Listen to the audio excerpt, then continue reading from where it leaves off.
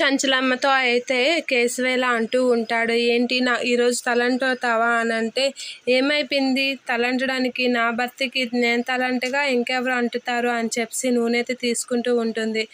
ఏంటి చంచలమ్మ మీరు తలంటుతారా కేశవకి అనేది అంటూ ఉంటారు.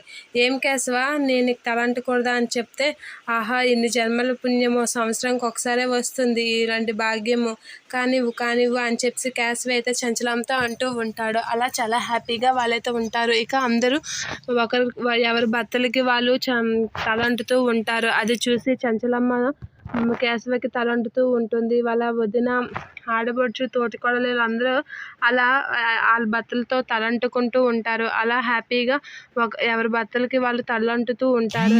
అక్కడ కేశవ అయితే వాళ్ళ బావకి అందరికీ తలంటుతూ అలా మసాజ్ చేస్తూ తలంటుతూ కేశవ దగ్గరికి వెళ్ళి పాట పాడుతూ అందరినీ హ్యాపీగా జాలీగా ఉంచుతూ ఉంటాడు. అలా మా కేశవ బాడీకి అయితే మద్దం చేస్తూ ఉంటాడు చంటి. అలా చంటిని చూసి సింధూర అయితే సిగ్గుపడుతూ, నేను కూడా చంటికి తలంటితే బాగుండు కదా అని అయితే మనసులో అనుకుంటూ ఉంటుంది. అలా అనుకుంటూ బాబాయ్ చంటికి ఎలా అయినా నేను తలంటాలి అనేది చెప్తూ ఉంటుంది. ఇక అది ఏర్పాటు నువ్వేం చేయవా అని అనేసరికి, సరే అమ్మా నేను చేస్తాను కదా, నీ కోరిక నేను ఎందుకు తీర్చను అని చెప్పి అయితే అంటూ ఉంటాడు. ఇక ఎవరికి తెలియకుండా చంటికి అయితే అన్నీ రెడీ చేస్తూ ఉంటాడు. సింధూర వచ్చేతే చంటికి చక్కగా తలంటుతూ ఉంటుంది. ఇక చంటి అయితే చక్కగా కూర్చుని తలంటించుకుంటూ ఉంటాడు. ఇక సింధూర వాళ్ళ ఇంటికైతే వాళ్ళ అమ్మ చెల్లి వస్తూ ఉంటారు.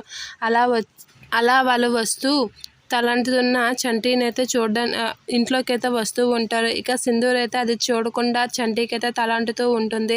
అలా తలంటుతూ చంటిని చూస్తూ మురిసిపోతూ ఉంటుంది. ఇక సింధూర వాళ్ళ అమ్మ అయితే సింధూరని పిలవడానికి అయితే వస్తూ ఉంటుంది వాళ్ళ ఇంటికి.